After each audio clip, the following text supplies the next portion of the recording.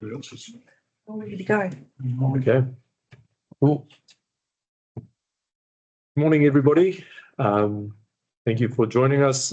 Just want to just briefly mention those online. So we've got Peter Wimsett from Tararua District Council and Messina from Masterton District Council. They're both part of the Wairarapa plus Tararua project team. Robin Wells might be joining as well. They will just be listening in and probably correct me if I stumble or support me if I need some help. Thank you, team. Nice to meet you. Good luck. And then just want to mention that this meeting is being recorded, and we've received an apology from Mayor Ron Mark and Councillor Steve Allen. I can say I had a chat with Steve Gallen a couple of days ago about this meeting. He just passed on his thoughts to me that he'd want me to put in front of people, just to let you know where he stands in terms of the paper and council meeting next week. Before we get going, can we just open with the character? Yeah. Yep. We can. Mai maunga rarum ki te tai, mai te awa tonga rarum ki te awa raki. Tēnei te hapori, a whira e taratahi, whanau whanau, harenga te tiki, huie tai ki. Thank you. So the purpose of today's meeting is really in preparation, or of this workshop is in preparation for next week's council meeting. I've shared the draft report of what we intend to put in the agenda, and just wanted to touch on a few things of what is the intent of the intent of the meeting.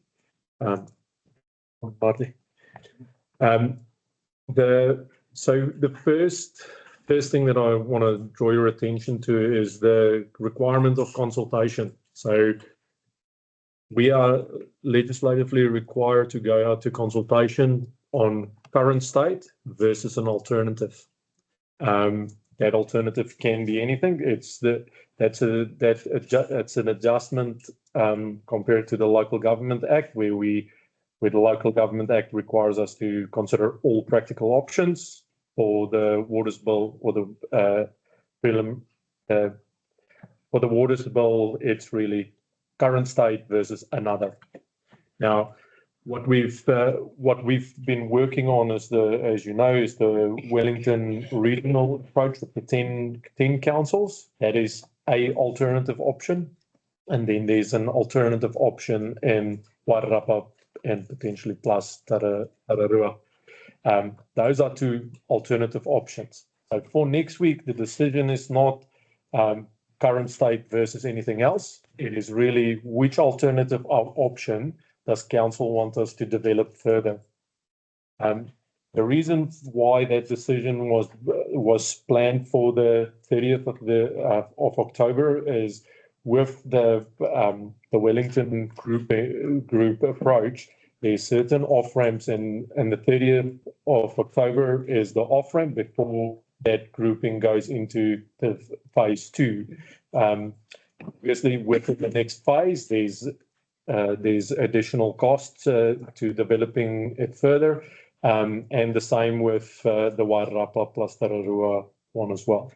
So the question is really who do you want to be our potential dance partner? What is it that we're going to be developing for consultation? Because the next step is that we're going to build the alternative option as well as a standalone option that's totally compliant, and then we'll go out to consultation. It doesn't limit us to only that options. If over the next period of time another option emerges, then we can choose to consult on that as well.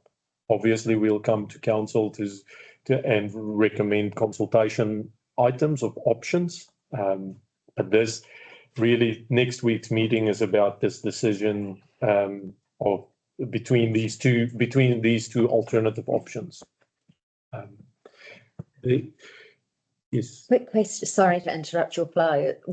If something else did crop up after next week's meeting, and prior to when we do begin consultation next year, do we have a time frame that if we did add something in? So we work out Kia ora, Joel. So we're working our way back from the 3rd of September 2025, where the water services delivery plans needs to be submitted to DIA. So you take that the whole process of consultation and hearings and deliberations, and then to prepare the final plan.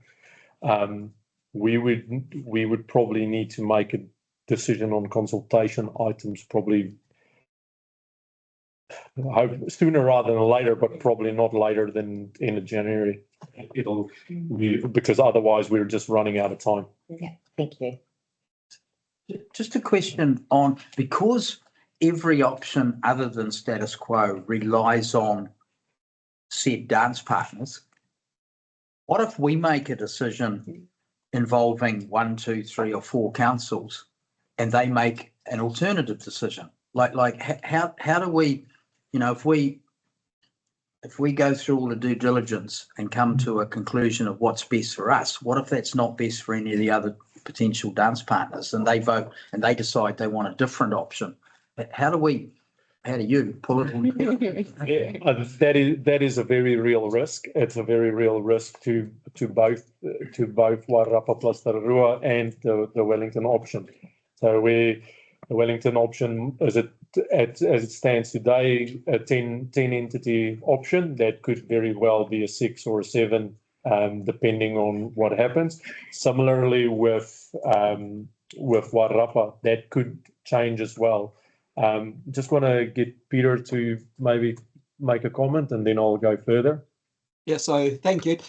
Just really quickly, we've got the Manawatu Wanganui option as well that's been looked at, and Horowhenua is working in the Wellington Kapiti area. So there's lots going on where we will get to a position before Christmas, and then post-Christmas we have to consult on it.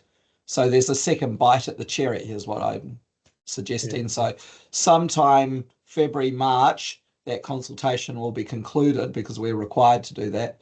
And that will give us that opportunity to realign everything at that point and really conclude where we end up. In the meantime, it's who are we best to work with? Who do we want to work with? And for the Tararua, even as long as middle of last year when we were consulted on the Labour government's bill to turn it from 4 entities into 10, we indicated that we wanted to join the Wairarapa. So that's how far back the official Tararua position is. So I thought that you might like to know that that was an actual submission to the government on the matter. Thank you, Peter. Thank you. But to answer your question, I think when even if all the dance partners are in, we might get to consultation and the communities have a different view. So we might get, say for instance, Wairarapa plus Tararua is all on board, all 4 councils on board, and we get to consultation and we compare current state versus the alternative, and the communities strongly of either one of them suggest or demands that they want to remain at status quo, then we would rework the water service delivery plan, see does it still make sense, is it still a viable option. From what we've seen, there's benefits to economy of scale even by adding another council. So even by adding South Wairarapa to Carterton, there would be benefits to that. Obviously, there's more benefits to add more, And then, but then there's also the right size fit that's quite important, where it becomes too big, then the mechanisms required becomes quite complex. So it can change. It will be a moving feast until after hearings and deliberations, I believe, and then we'll work with what we've got. It's still also, I mean, the premise behind Three Waters and our local water done well was change to improve that ability to borrow money to more resources, the economies of scale. Even if the general public, because we are pretty risk averse and we fear change. If all of our communities or councils voted for status quo, the government would step in and say, well, we're demanding change, but none of you want to change. So there would be pressure to take status quo off the table, wouldn't it? I think the challenge with there might be incentive. I would probably I would foresee incentive to join. But the way that the legislation is currently written, that is, if you can prove that you're financially sustainable, then the legislation is pretty clear that you can stand alone and you have to consult. So I'd find it, I don't think they'll force you. They might say you're financially unsustainable, which will then let them intervene. But I do believe, or I suspect there might be incentives later on to join if they see everybody's going in their own direction, because from what we've heard over the last year, it's the clear message is that they want councils to work together. Okay. Something we just wanted to point out as well that but I assume most of you know that Masterton and South Wairarapa has deferred the decision, this particular decision, so they won't be making a decision on the 30th. There's various reasons for that, but I do understand that from their councils they would want to see. There's two further reports that they want to see. From the Wellington grouping, so those two reports that we haven't received yet is one is a report on debt, on everybody's debt levels, and then the other is on a Castalia peer review on the economic modelling that the Wellington group did. Robin, do you have a comment? Good morning, everyone. My only comment from South Wairarapa is we're yet to receive our DIA report on financial sustainability as a standalone council, and so we're waiting for that. That's one of the things that we need before we can go forward. You already have that, but we don't.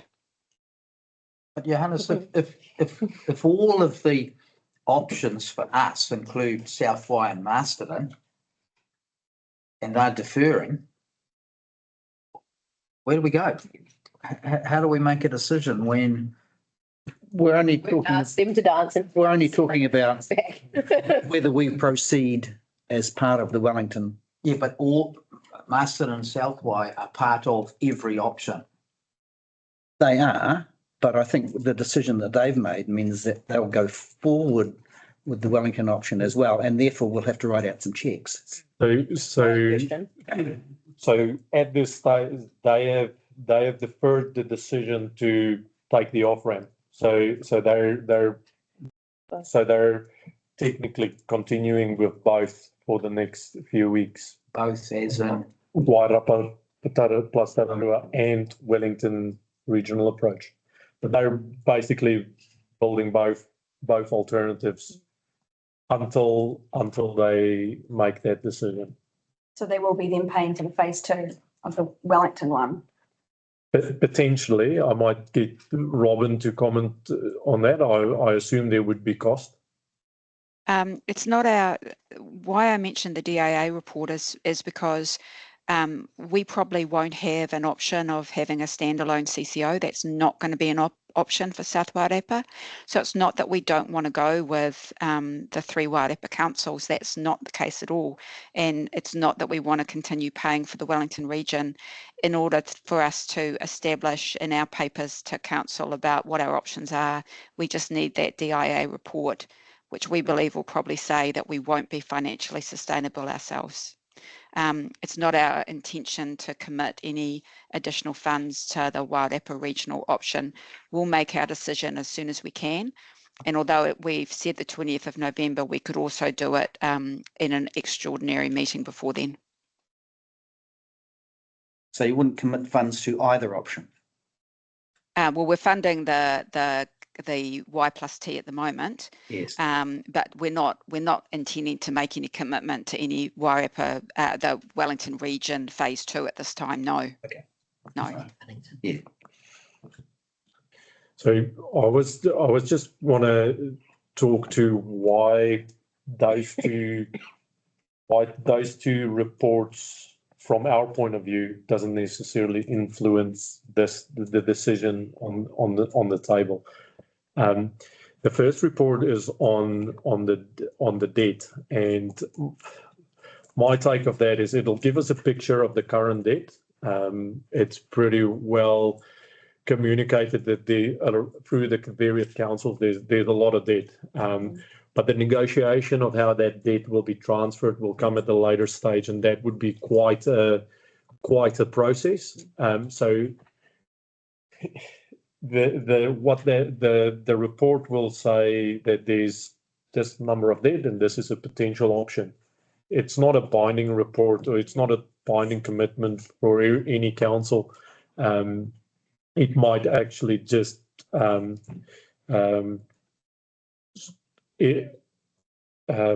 highlight how risky or how complex the Wellington regional approach might be. So that's the debt report, and then the peer review on the economic modelling of the Wellington regional approach will potentially say that David Skinner's approach was a little bit high or a little bit low. It will say that it's a reasonable approach, or it could be different. But economic modelling is really a point in time based on a whole lot of assumptions. So that's not necessarily what a new water service entity will use going forward. Similar with the two models that the Wairarapa model considered, that's not a binding economic model or a financial strategy for a future entity. That was just a way of trying to compare things, and therefore we don't necessarily think we need to hold our breath for that report, because it is like I said, a point in time. But further to that, we've done through our multi-criteria analysis, we've compared the options, but we've compared it much broader than just the finances. And I mean, that's been talked through quite detail in the various workshops. But what we've firmly established for this decision, there's a much wider consideration than just the economic modelling. And again, therefore, we think it's to our benefit or to our advantage to make a decision of which direction we can go, so that we can focus our attention on developing that alternative and prepare the current state option as well. Robin Wells, by the way, has his Sorry? Oh, Wells has his hand up. go for it.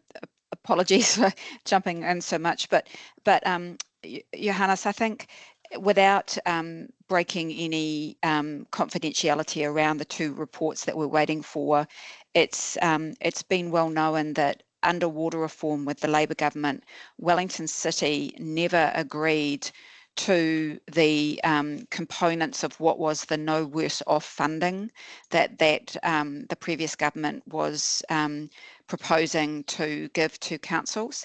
And so they've never agreed the amount of debt that would transfer into any new entity, whether it was under water reform or whether it's under local water done well.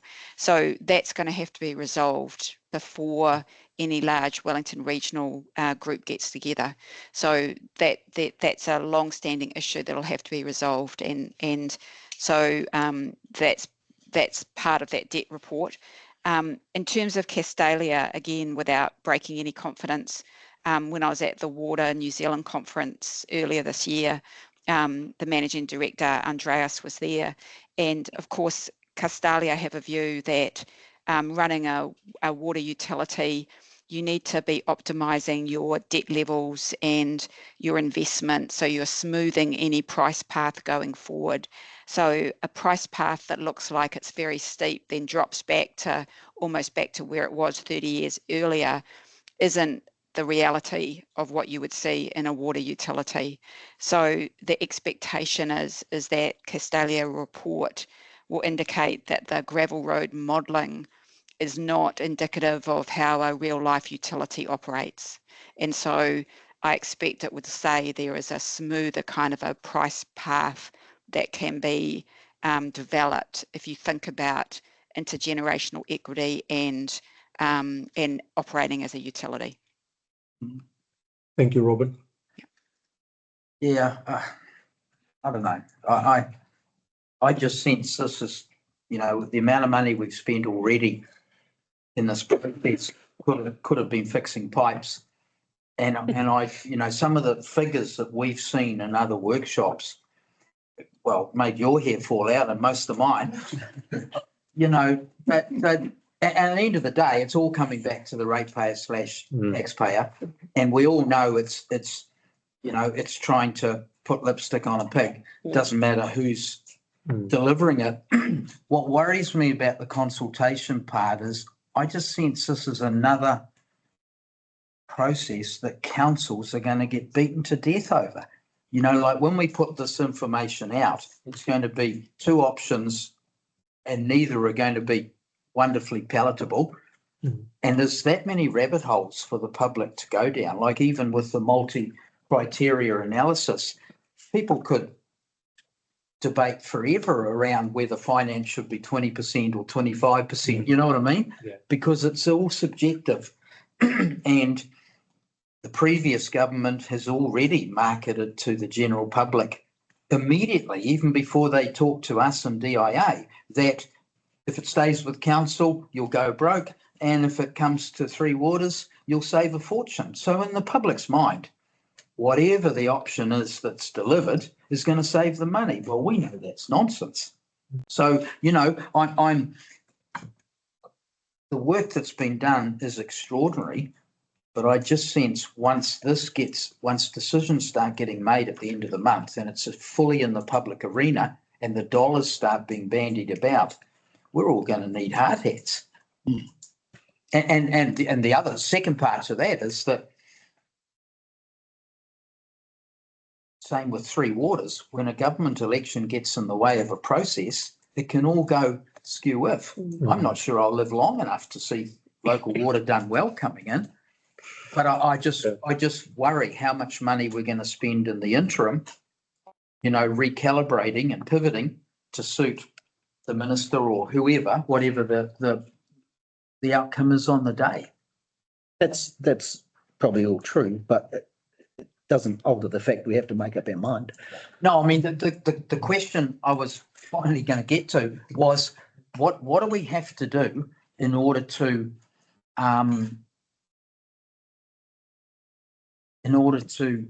make the decision and present the information to the general public in a way that is going to minimise the upheaval that it's going to do. Like, I'm just nervous about, from what I've heard already, is that we are still committed to making a decision, presumably next week, but doesn't sound like anybody else wants to make a decision. And I just wonder whether there's any risk in going hard and going early, or whether we sit on the fence with everybody else and wait and see who drops off first. I think the other Wellington councils are still going ahead and making their decision. So they're making their decisions on the matter, and we're not going early. We're going according to the plan that was agreed with all the councils. So everybody was on board and working towards the 30th or the end of the month. So yeah, I understand I understand the risk and the frustration. Yeah, but we are still going in. Atamari councillors, just to sit in and endorse Johannes's and the others' views. I think it's a bit frightening to be perhaps the first off the shelf to be making a decision. Understand, and you've got a very difficult decision in front of you next week. I think, as Johannes said before, there's room to manoeuvre once we've made next week's decision. You've still got some time while there's developing, as you say, what we hear what the other councillors are doing in the district and in Wellington region as well. So, there's still a lot of water to flow under the bridge. And so I think the first junction, as we're suggesting, for us to be able to move forward to develop the work that we need to do for you and the community to make the decision early next year is take the first off ramp, consider the first off ramp if that's part of our process to get there. I see Peter's also got his hand up. Oh, thank you. I was just going to say that we all have to make a decision this side of Christmas. So it will avalanche in the next month, I think. So you might want to go subject to the other decision makers, the other councils, but Joanne has probably got that covered. So I do understand, but bear in mind we're going to get there before Christmas because we need to. I also just want to mention, even though we can't, this is obviously just a hunch, but I do anticipate there's going to be a lot of failed negotiations through this process throughout the country. It's just how it is, but especially when negotiations fail, and then even if they succeed following consultation, it might nullify all the negotiations. And I do believe that there would be a point where we would probably be able to talk to DIA about we've done everything in our power to work with our neighbours, with the region. We've followed the process, and it's just not working. So I do believe that for many councils, it's going to get to that state. What will happen then, I don't know.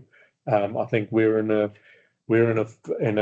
very privileged position that our current state is working relatively well. So at least we've got that option going for us. Johannes, I'll stop interrupting, but discussions we've had with DIA have been very positive for the Wairarapa Taurua concept. But they've also said, if you just set up a shell CCO jointly and contract all the existing council services so it continues unaltered for a period of time, and you just transition what's logical to, it gives you access to that higher debt cap, and you can do it in a lower cost way, in a much more logical way. So DIA saying don't stress about it, but set up a joint CCO and get the benefits straight off and work at it, and they'll support us. They're only across the hill from you guys, so that's one of the advantages there. So I'll shut up now. Thanks. That's the same DIA that said they were building the plane while they were flying it. Yeah, probably. Do you have a question? Mine wasn't a question. I think it's easy for us to dwell on the significance of the decision, but I think for a lot of the ratepayers, they just want water to come out of their taps and their toilet to flush. And so I don't think they're going to think a lot about who are our buddies in this, other than they probably watch the news and think Wellington looks like a mess. And that's probably as far as they think. They just want water that runs. So I don't see why we wouldn't keep progressing with the time frame as it is. I think there seems to be a decision that needs to be made. It seems obvious in my mind. And I think for a lot of our ratepayers, it'll be fairly straightforward as well. As long as the water is running, they'll be happy. And as long as it doesn't mean that their bill's got 50%. But Like, well, that's the problem. but irrespective of what our plan is, right? So yeah. we can't stop that happening.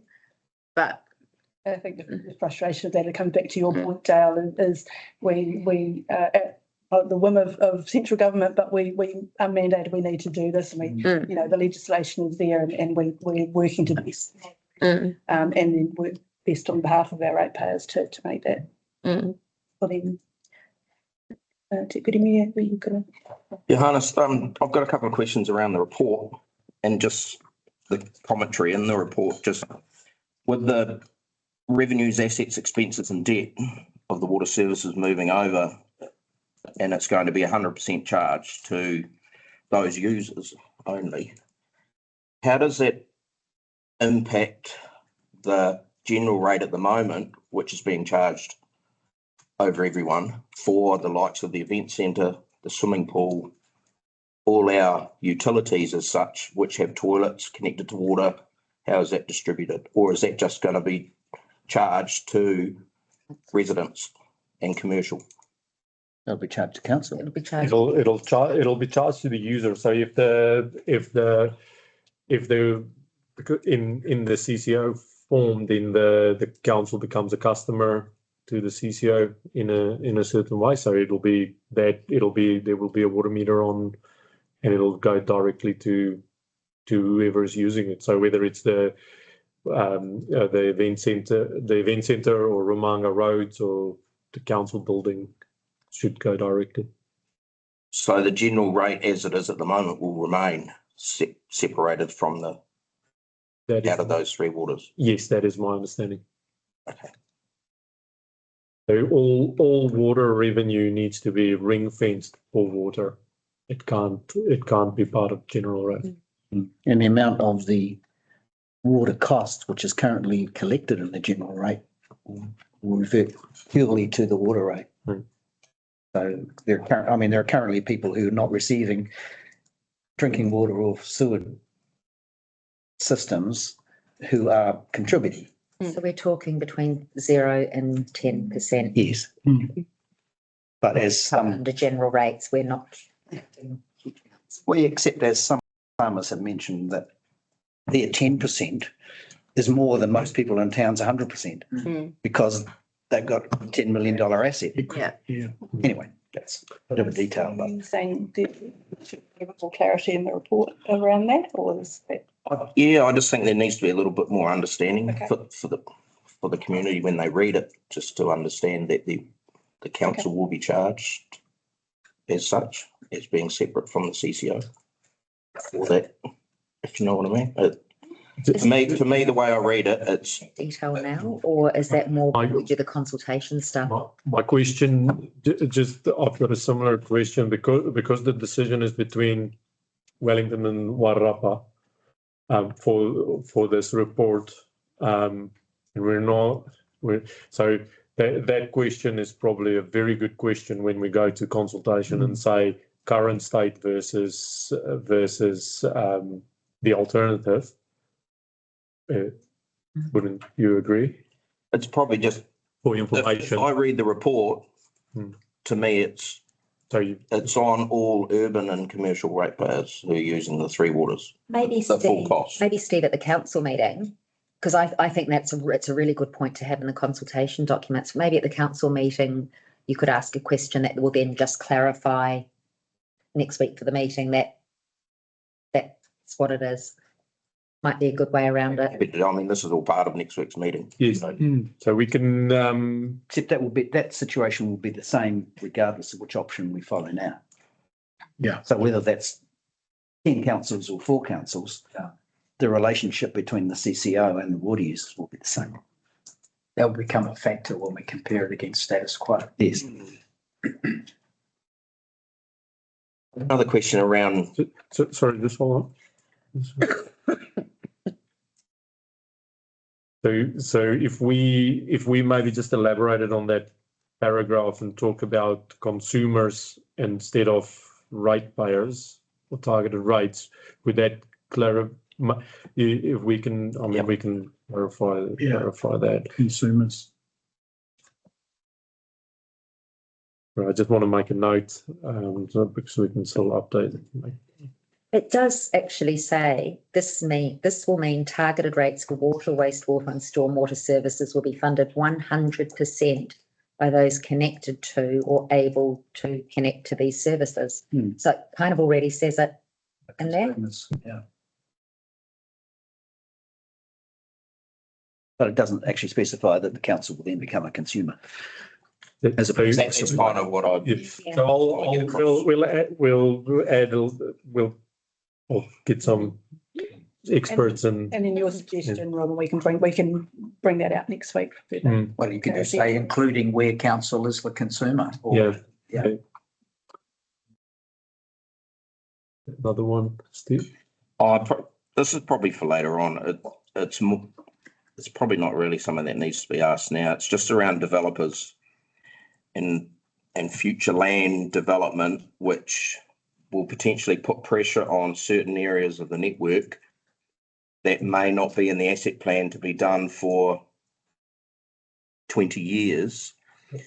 Will the developer be forced to contribute significantly to the upgrade so that he can continue with his development instead of that being thrown onto ratepayers? So your opening statement was very good. Like this is probably a later on discussion.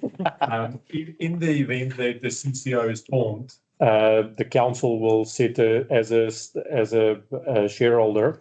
The council will put out their expectations, or their what is it called, a letter of intent or a letter of expectations, and in that the council can be very clear of what they expect from the CCO. So that is where they might talk to specific growth areas that they want to see investment in, those kind of things. But it would be addressed there. So I think for me, all these things weigh up a lot higher than thinking about financial, because to me it comes down to levels of service.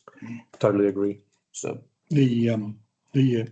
And probably a little bit of clarification there, Steve. Also, the new combined district plan is reviewing all the contribution charges, so they won't stay the same or be in the same format. So there is room there too.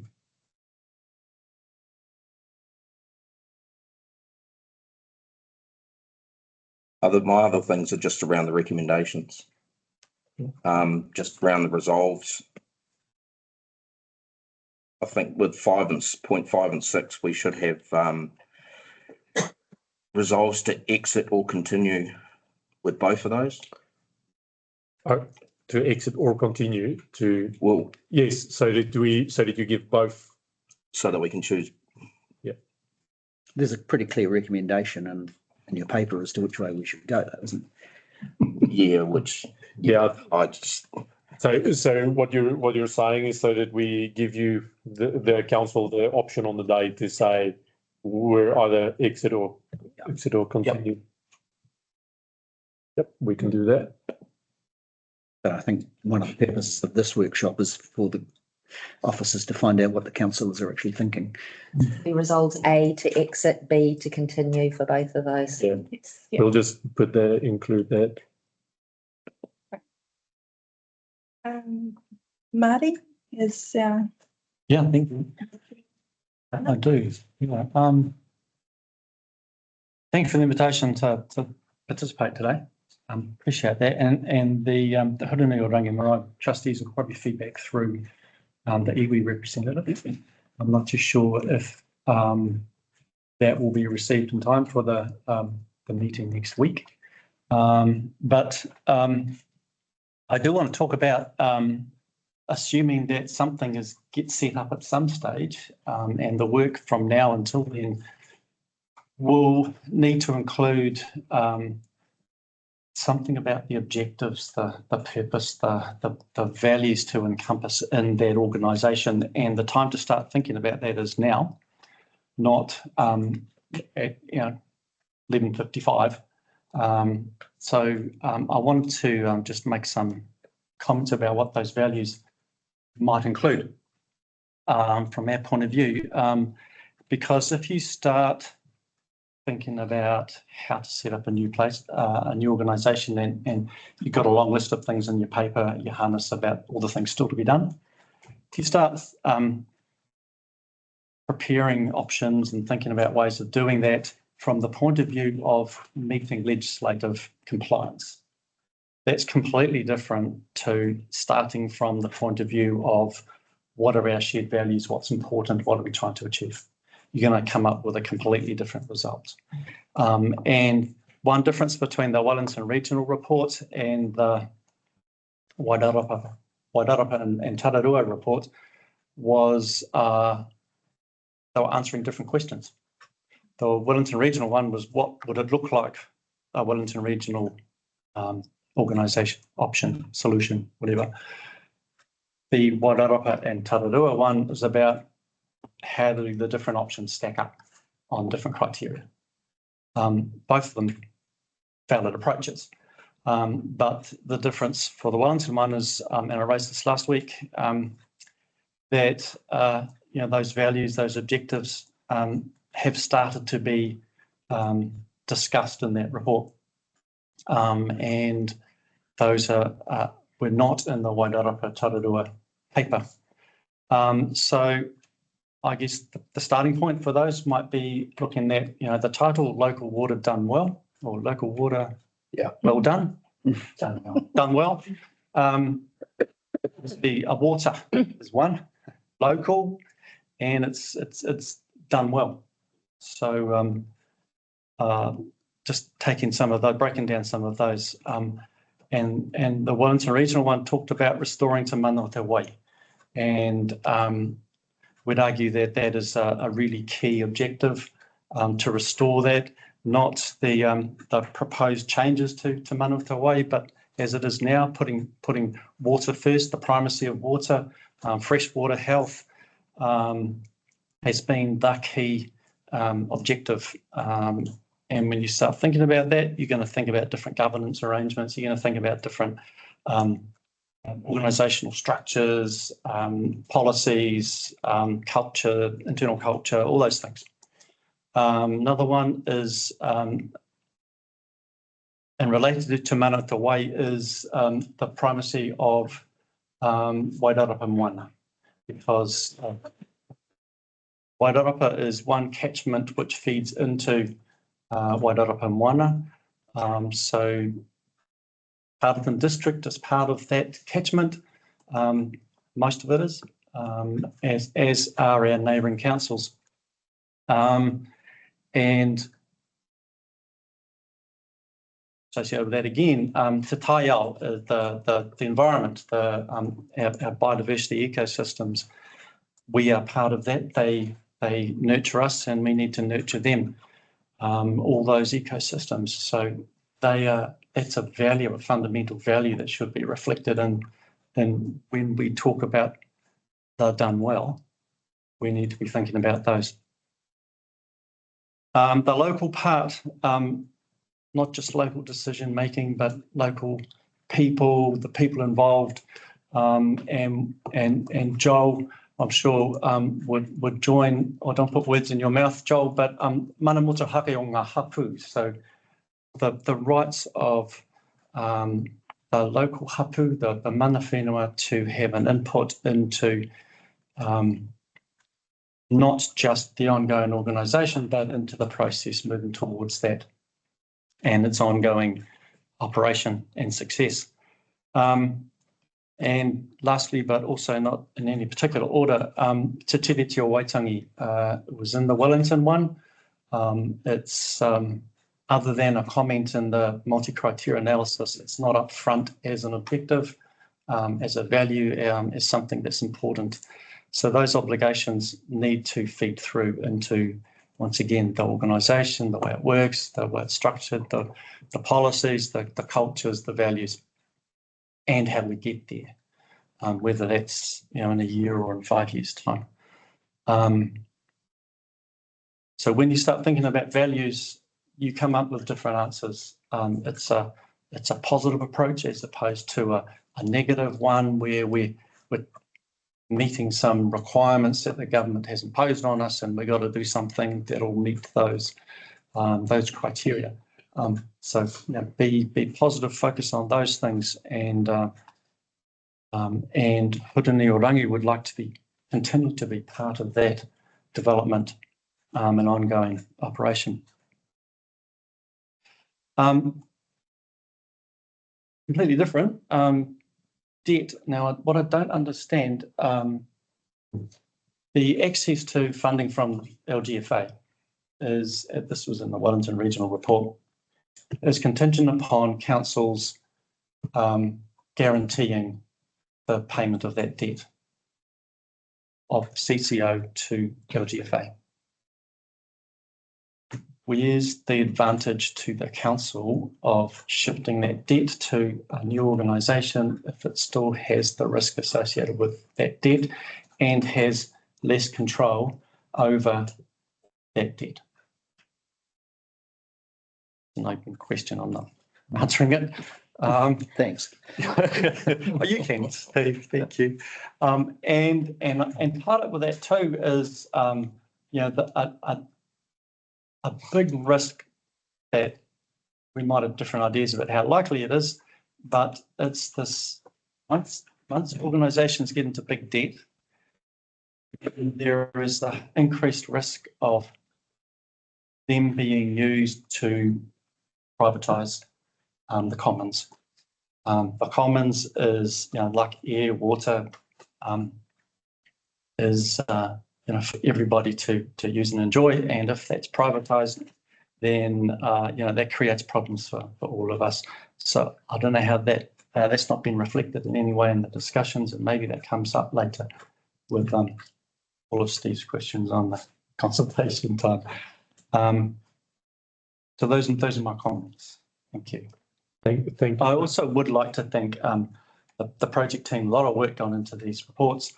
So Johannes and Robin and Maz, not just them, but also the staff that have to fill in for you when you're doing all that work, and Jeff as well. So yeah, that's often forgotten too. So to all of you, thank you. Thank you, Marty. Thank you. And we will, just before we go to Joel, and we will definitely consider. I agree with having a positive approach and focusing on the objectives. I think once we start, if we do develop an option further, then those would be core to. Joel, do you? Yep. Good, everyone. Hey, cheers, Marty. You touched on a lot of it there for us as well. I don't envy there's any council, to be honest, in the position where we are. It's just really such a shame that it's been right across the country. It's been left to get to this state, but this is where we are. I think there's pros and cons. I already know that you guys know it, but there's so many pros and cons on both sides. I do worry about very upfront. I do worry about the mess that is over in Wellington and how bad their pipes and that are. But also worry about not just us in terms of Hurunui-o-Rangi and us and Ngāti Kaukura and our two iwi, but also Garton District Council. Where will your voice be? And it's not to takahi on anyone's mana, because we're doing it on our own, but where will our voice be when we're such a small fish in a really big pond? So I really worry about that. And obviously with all of the dynamics, trying to blend everybody in to one entity. But then it comes down to if it is Wairarapa Tamaki Nuarua, then there's obviously that economies of scale. So it's just weighing up the pros and cons and what's the benefit and like Marty said, what's the values. I am drawn back to our I'm just going to draw back to our place because obviously having the wastewater treatment plant and the drinkable water in the Tararua Ranges, the catchment there. How do we safeguard that for Carterton, for the district, not just for the now? How do we safeguard it for the next 100 years?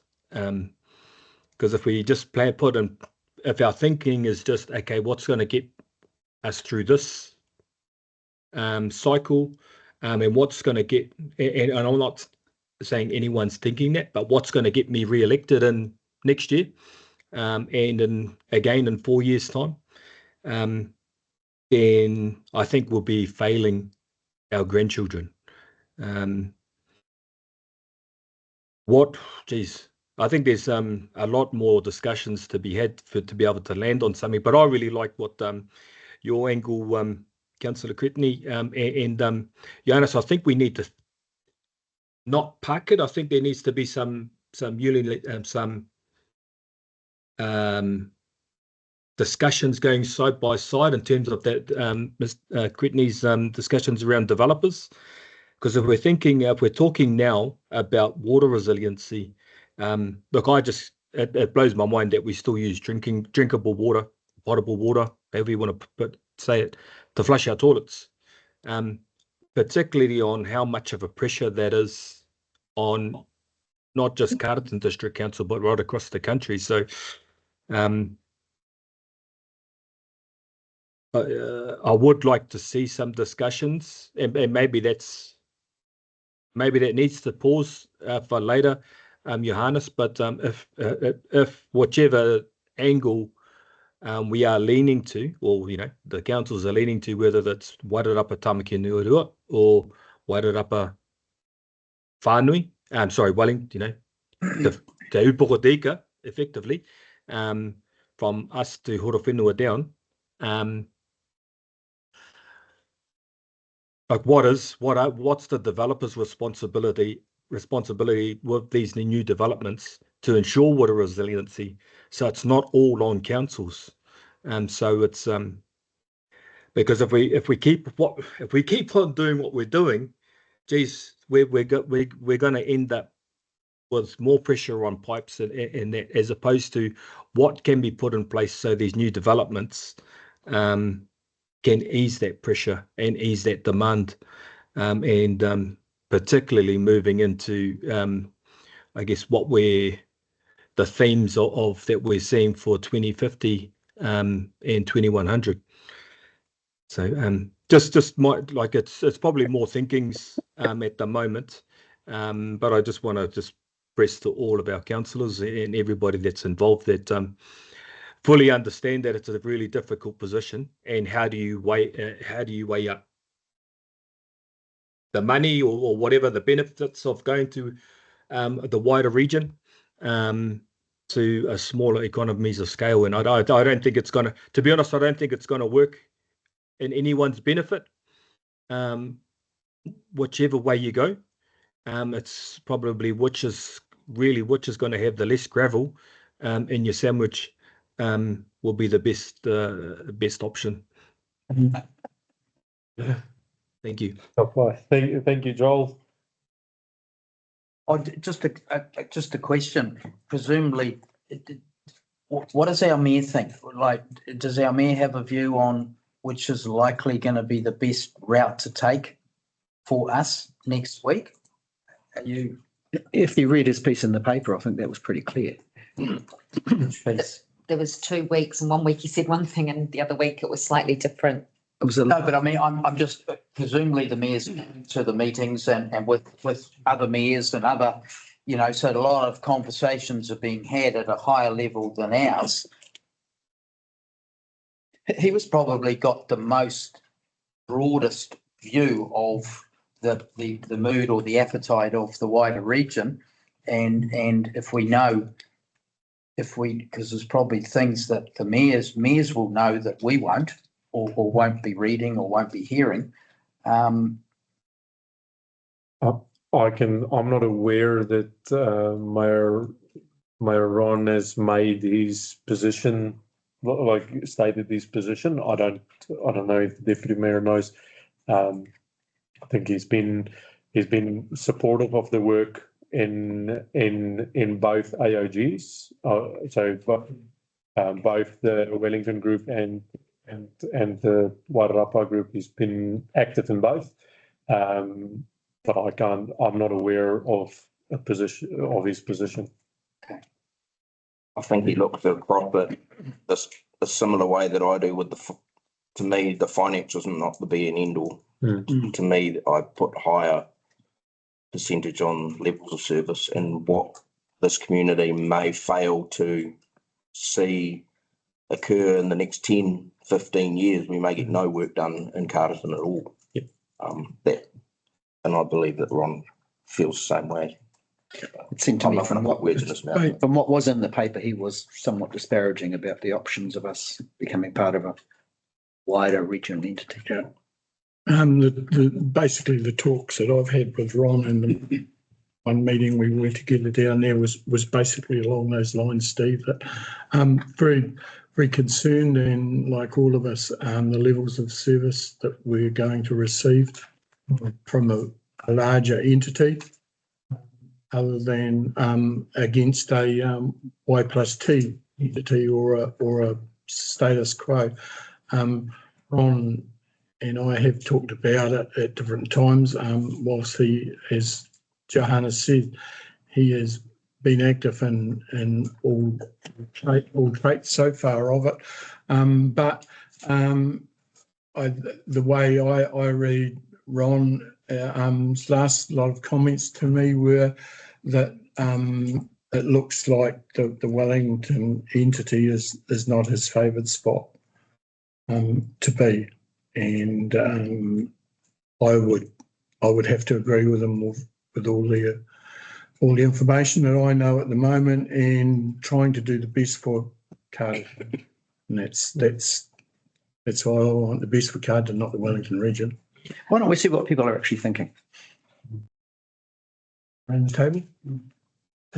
Before we do that, can I just ask, because I agree about the levels of service. So does that come in terms of protecting or being clear around expectations of levels of service, at least as good as we've got now? Does that form part of the letter of expectation and so forth to the end, whatever entity takes it on?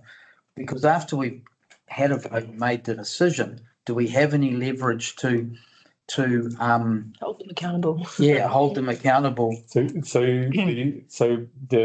a few things of accountability. So firstly, council will remain a shareholder of a CCO and will have their expectations, and the CCO will have to report on that. Then probably one of the biggest shifts in the water services in the country will be the introduction of I think the regulator is getting more teeth. So council, CCOs or water service the providers are not going to just get away with being non-compliant and just get a slap on the wrist. I think my understanding is that the regulator will come down on hard on a drop in level of service. And then also I think what happens with a board of directors, there's and others will probably know more about this, but there are responsibilities and expectations on a board of directors to deliver is also probably a little bit higher than what it's currently at. So there's one should assume that whichever way it goes, that they will have to deliver on what they've been tasked to deliver. So there will be some regulatory safeguards in place. So the regulator will, the regulations will be much higher than it is currently. That's and council or service providers will be, so the third bill that's coming out in December will probably highlight or be clearer about what that would look like. But in all the modeling, everybody's allowing for more reporting, more compliance. Yeah, Hannes, how does this, I'm thinking about the work structure, or if I can put it that way, for the next, let's say 12 months. How does this all impact our infrastructure strategy, which is a 30-year strategy, So and the future development strategy that we've just spent, Kim Kelly spent a whole lot of time developing? How does So currently so where we were at now is our LTP information are used into the water service delivery plans, but it's similar to asset management plan and LTP. So once you move to the next new entity, that asset management plan will be reviewed and hopefully improved and be better. We obviously, if it's the Wairarapa option, will probably have more influence into what that asset management plan looks like and what is the problem statement and options to address it, similar to the way that we're doing it now. But one should expect that once this goes into a new entity, that they would review the conditions of all assets, their condition of all AMPs, and consolidate and improve. Again, with those long-term views and commitments that the council or the region has, that would come in through those expectations on the CCO. Just pointing out, is one of the key drivers in the bill is growth. So the water services delivery plans needs to show how it is compliant with all regulation, it is financially sustainable and provides for growth.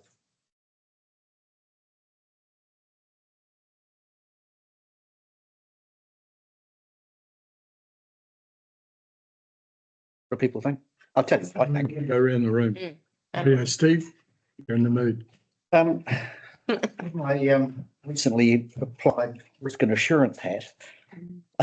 I think the biggest risk that would face the ratepayers of Carterton, and I'm only looking at this through a Carterton lens because that's what we said we would do when we got the job, is the complete unknown about what's required over the hill. And I think if we buy into that without really knowing what the situation is, we're taking a tremendous risk, I think. I was mindful that when we were down in Martinborough that we had three people, Joe, Joel and Marty, talking from Mana Whenua point of view, and I think it was pretty clear that they'd be happier with an entity that had something to do with two iwi rather than a whole people from west of the range. And I think in terms of actually getting something put in place that people are happy with, I think that creates a level of complexity and confusion that could go on for years. Then I take Steve's point about levels of service. I think that we'd have more control over that with the Y plus T entity. So I think that's what we should proceed with.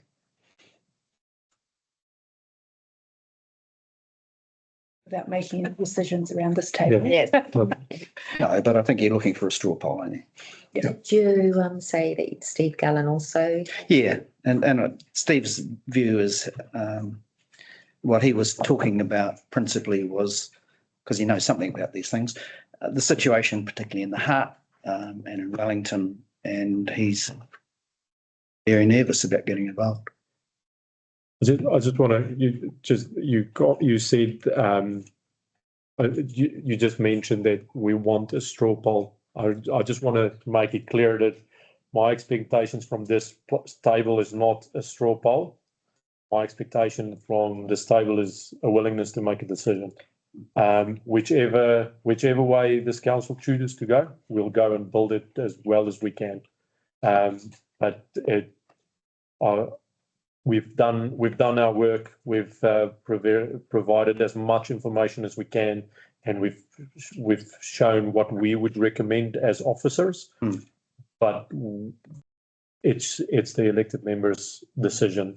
And Absolutely. But what I thought that you were looking for was some indication of what the elected members were thinking. No, not at all. So what That's what Brian was wanting, yeah. Yeah, so But we wanted to have an opportunity. Yeah, so Yeah. so it's more about providing you The space. if the report wasn't clear enough, if there was information that's missing, that you required a specific piece of information that will help you in making your decision, then that was really the understanding. Like we just want to know, can we actually come to Wednesday and Get a decision. the council is there to do this.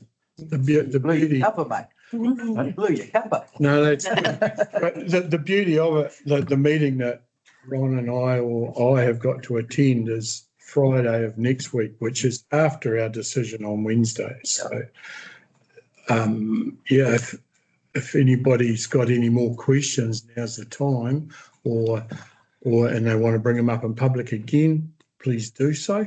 I would suggest, so that we can get as much information through the next meeting to the public. But by the end of Wednesday, I need a firm direction. Yeah. Basically. You mentioned it, Johannes, what else can be put in this report to help us with our decision? But you don't even know that with legislation around stormwater, which Dale has raised and I've raised. For me, there's so much complexity around that with how do we charge out that as a council, or how is the CCO going to charge for that impacting our roads, for instance, and the runoff and it going into the Awa and so forth. How is there? I think there's so much complexity around that. I don't know how they're going to include it. I just want to mention that the information that you've received over the last month, that'll be, I don't know, what is it called, Robin? Is it a dependency, or is it a support pack, or maybe The appendix to the report. is it? But anyway, it's probably 500 pages. So it might not be part of the Please agenda. don't print it. I don't know how Robin's going to do it. I provided her with a folder of everything that needs to be included. And the question of, do you need any further information? The response would have been, yes, we can probably get that, or it's unlikely that we can get this information, or it's. And a lot of that information is going, so the decision on Wednesday, you're going to need those questions for whichever decision you make, whichever way you go. So whichever CCO or direction that we choose, it's still going to be the same questions that we hope to, be able to work toward. As Wairarapa though, for me, that's one thing that helps with a steer is surely looking after our own stormwater is going to be far easier than having to worry about another 8 councils. I think what we looked at in the MCA was similarity in network. So just working on 2 different networks, it does add a level of complexity. So standard operating procedure in Carterton is totally different from an urban setting. So we did consider that as well. Marty, you just I keep hearing contrasting comments in the report.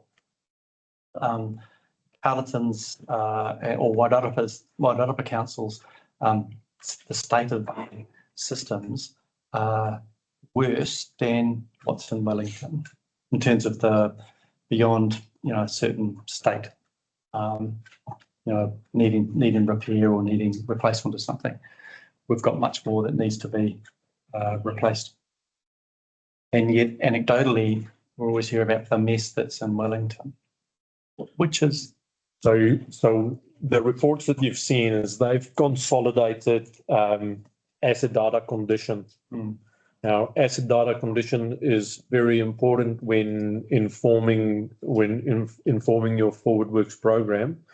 However, Carleton builds its forward works program on a risk-based approach. So we consider it asset condition, but we don't go and replace everything that's in a poor condition, because a lot of and this is normal practice for asset management, is that they determine the condition based on the age of the asset. Now, what we've just done this a few months ago, where we did destructive testing on a piece of pipe that was at the end of its life rated as a very poor asset, but it still has 20 years life left in it. So we take a little bit of a different approach to that.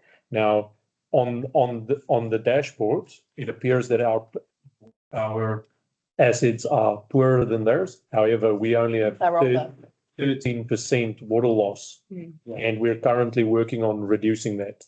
So I wouldn't. I mean, it is in the reports, but I think there's other things to consider of how we deal with those or how we use that information is probably more important than the actual information. so is Wairarapa in a better state than Wellington or not? Without having worked on their asset, if I'm pretty confident that if we were to apply the same logic to theirs, their position would probably be different. I don't necessarily personally agree with the intervention strategy that the Wellington approach is proposing, because it's unaffordable. Based on the data, and I don't have access to all their data, but based on our performance, I would say our assets are in a better position. For Carleton, I can't comment on South Wairarapa or Masterton because I, again, haven't looked at that level of detail. But if I look at what we're reporting to Te Mata Arawai, I do believe we're in a better position. But the point that Steve made is quite right, is that there's so much unknown and uncertainty, which seems to be a feature of council decision making nowadays, is that you never see all the information that if you were a business or you were anything else, you would need to see it all before you jumped. Councils don't have that choice. Governments put a deadline on, and then you scramble to work back from that. And you make the best decision on the day with as much information. And I guess the purpose of this is, the question to us as decision makers is, are there any gaps in the information that we've seen thus far? I think the answer would be yes from all of us. But realistically, will we get it in time to make a decision? Unlikely. Or ever. Or ever. And I guess it might be the case of suck it and see before you really know. But that's the industry we're in. We've got a report now that's going to come next week. We've got the opportunity to feed questions in or information that we can CC us all in and share it. But ultimately, we have a responsibility next week to make a decision, to give Ron and Johannes and Brian some authority to keep negotiating going forward. So one of the questions was potentially slightly further down the track with the Wairarapa model. You had all the different options of how they ranked. Was there ever an option that looked at Carleton, Masterton and Taurua excluding South Wai, seeing as they're part of the Wellington region at this point? And from what they're saying, it sounds like they're the riskiest partner for us to be joining in with in terms of our Wairarapa model. I think they've made it quite clear that they would prefer not to be in the Wellington group. I think if there was an option for them to join with the Wairarapa, then they would be keen. That would be their preference. We have not looked at the modelling of the modelling of a three, excluding any one of the four partners. I think based on, I would go back to the economies of scale. You need to consider current state versus lifting it up, or increasing your economies of scale and complexity. I don't share the view that I don't think we should touch South Warapa. I think they're in a point in time. All assets will be renewed at a point in time. They're in an unfortunate position that they have to renew a lot of things at the same time. But Carterton's going to be in that position again. Where, and so I think when we think about South Warapa, we should probably think long term.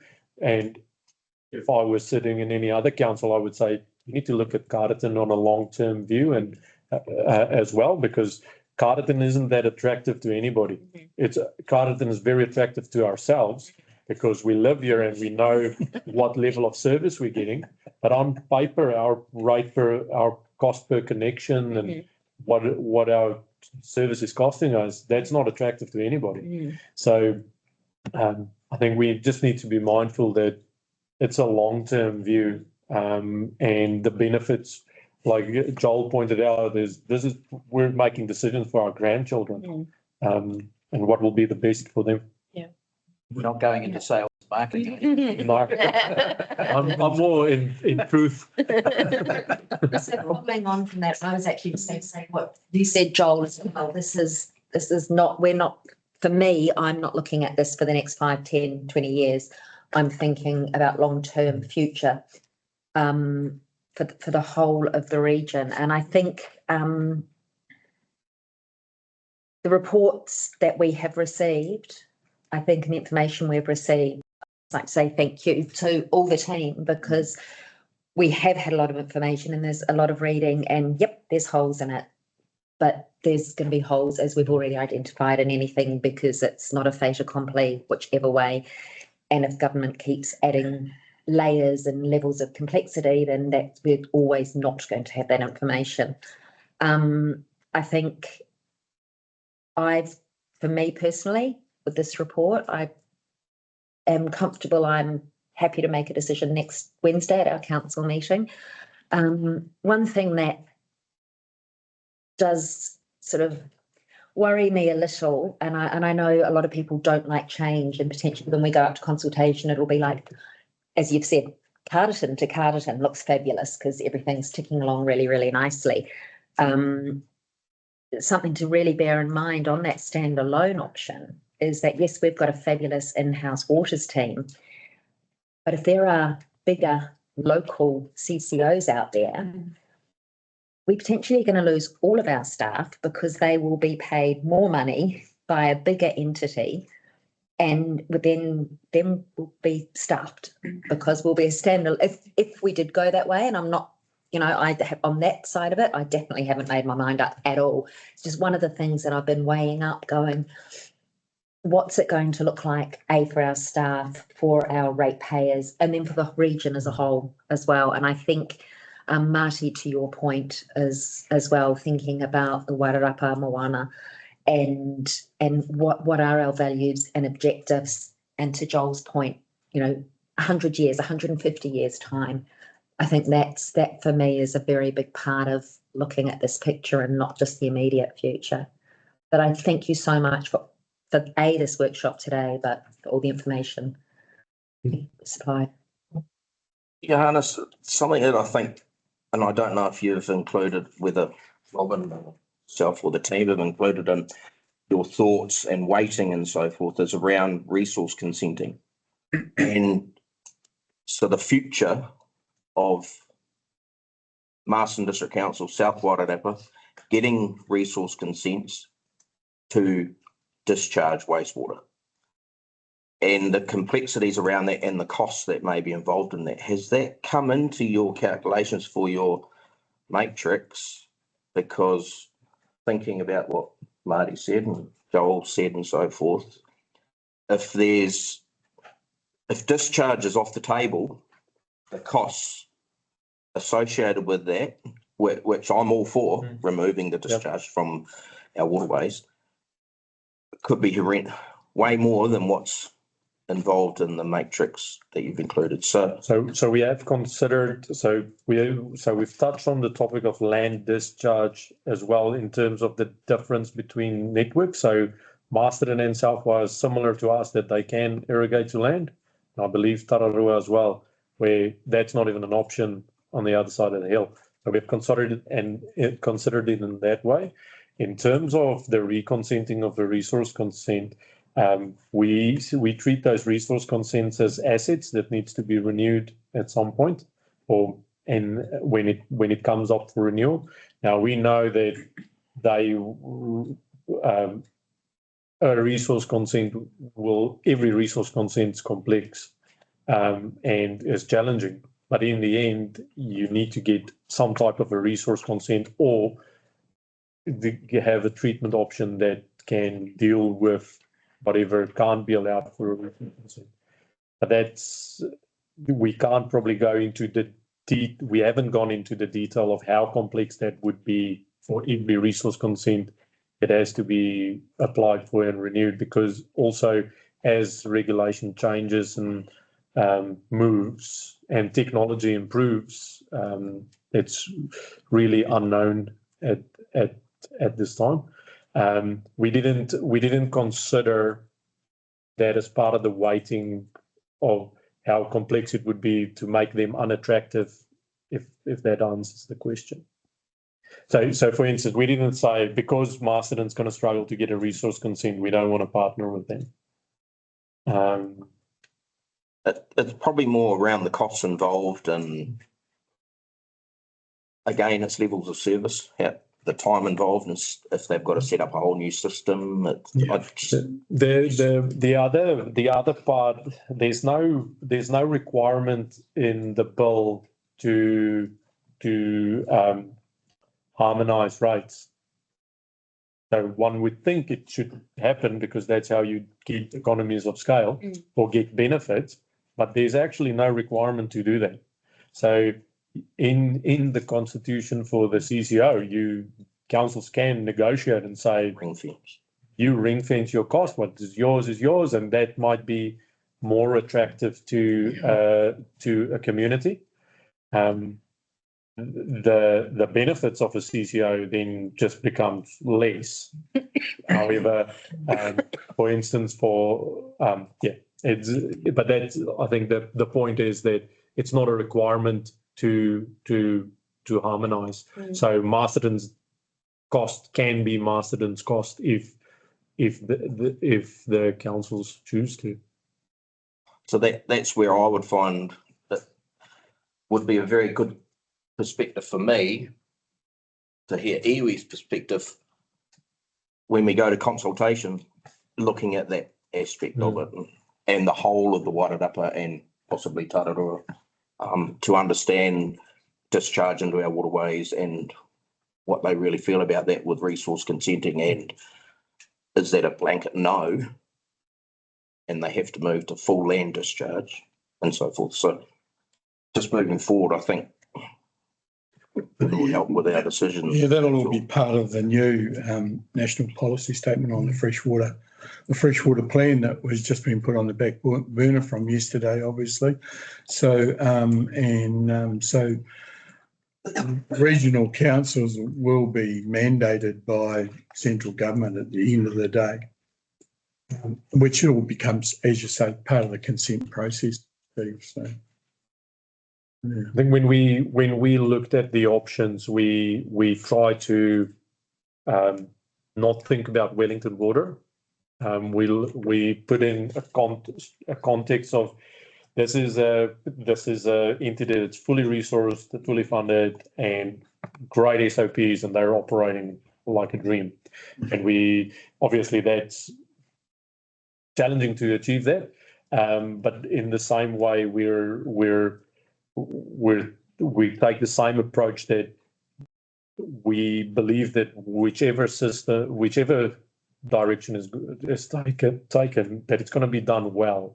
The relationships that's currently there will be fostered and encouraged and ensured or forced to continue or insured to continue, you would think that a new CCO will approach relationships in the same way that we do, noting that a lot of the people that's currently in those relationships will be part of this water service entity. So it's hard. You can't say it's going to be like that, but one must give it the benefit of the doubt that this will be a successful approach in the future, and that everybody's going to work towards a common goal.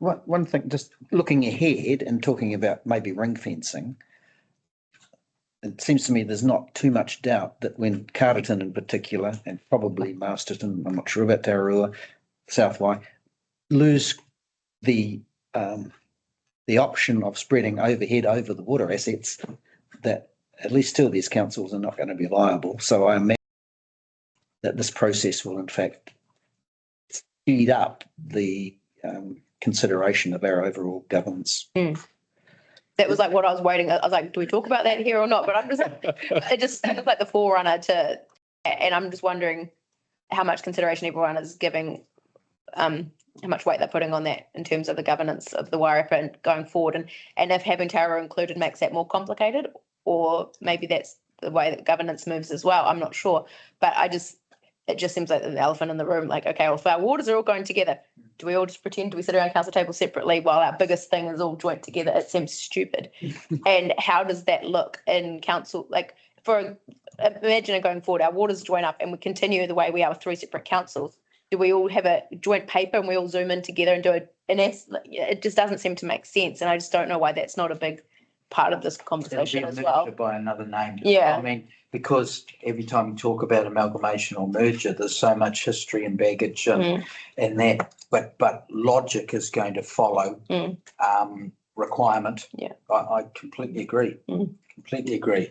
I think if you consider the multi-criteria analysis and you apply the multi-criteria analysis to that question, yeah, a lot of the answers that is in favor of a Wairarapa model would probably be would probably apply. There's one point difference between the Tararua included and not, right? So just one comment about ring fencing. I know that's if you're one of a potential partnership that believes you're in a strong place, you demand ring fencing because you don't want to assume somebody else's problems.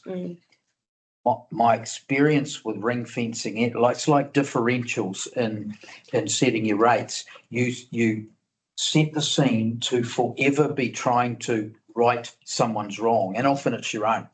So even though it's an attractive, only ever look at ring fencing as a short-term transitional move.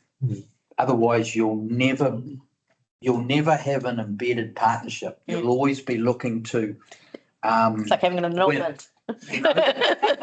Hey? It's like having an annulment in marriage. It's like, you've got a prenup. Yeah. You're going in with like hang on, I've got my little. That's right. You've always got to, you think you've got a get out of jail free card, but the reality is that if you're going to merge properly and go into it in good faith, you have to accept that there's going to be swings and roundabouts. You know, as you said before, one's strong now, but they're not tomorrow. It's a long-term intergenerational commitment. Because if you're going with a hard and fast set of rules around or conditions upon getting this off the ground, you spend most of your time trying to maintain a balance of fairness, which you never do. That's just a great observation. And just in the interest of time, it sounds like we're thinking about next steps and from Wednesday's decision. Is everyone comfortable with what they've got today in order to have a further discussion decision on Wednesday? Prepared, yes. Comfortable. I think we're all a little bit more informed. Whether you could say informed or confused, but definitely I think we've got enough. I feel we've got enough information to make a decision. It sounds like we've got lots of reading over the weekend. So luckily the cover report that I sent through, drafted, we sent through yesterday is the only new report. The others have All Jeff's stuff that he's in. Yes, that's it'll be the same context. Some of them might have moved from draft to final, but there's no new information. Yeah. If it's available, we've got it. Yeah. And if there's any questions between now and Wednesday, it'll yell out and. Yeah, that's a good point. If anything you need from Johannes in terms of a question to be answered, if having the heads up or we can bring that to the table on Wednesday is always useful. So you can get back to us over the weekend. Should we be happy to close with our karakia commercial? Kia whakaria te atu, kia tuki whakataha nei, kia tuki whakataha. Thank you. Thank you, everybody. Very good. Fantastic. Good. Good stuff. All right, Marty. Can we stop recording? Time ready for that?